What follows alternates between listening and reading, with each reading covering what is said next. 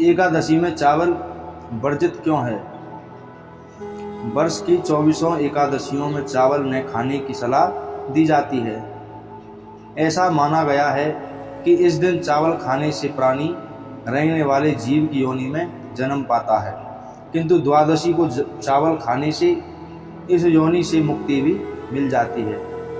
एकादशी के विषय में शास्त्र कहते हैं, और एकादशी से बढ़कर कोई व्रत नहीं है।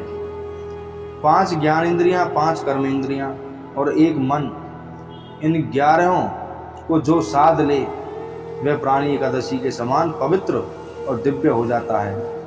एकादशी जगत गुरु विष्णु स्वरूप है। जहाँ चावल का संबंध जल से है, वही जल का संबंध चंद्रमा से है।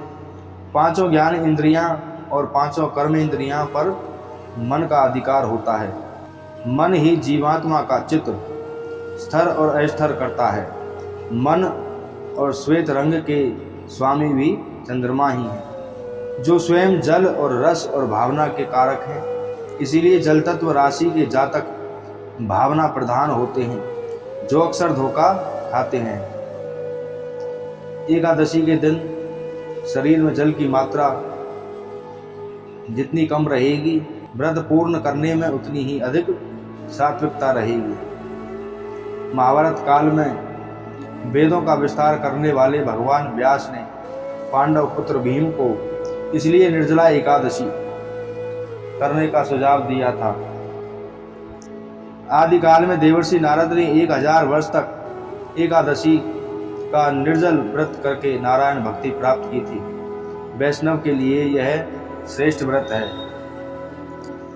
चंद्रमा मन को अधिक चंचल न कर पाए, इसीलिए व्रती इस दिन चावल खाने से परहेज करते हैं। और एक और पौराणिक कथा आती है कि माता शक्ति के क्रोध से भागते भागते भयभीत महर्षि मेधा ने अपने योग बल से शरीर छोड़ दिया और उनकी मेधा पृथ्वी में समा गई। वही मेधा जौ और चावल के रूप में उत्पन्न हुई। ऐसा माना गया है कि यह घटना एकादशी को घटी थी। यह चावल महर्षि की ही मेधा शक्ति है, जो जीव है। इस दिन चावल खाना महर्षि मेधा के शरीर के छोटे छोटे मांस के टुकड़े खाने जैसा माना गया है। इसीलिए इस दिन से चावल को जीवधारी माना गया है।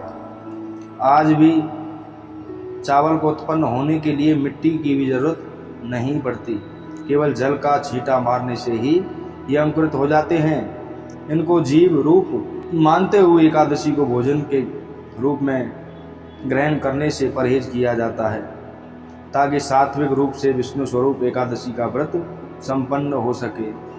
बोलो श्री कृष्ण।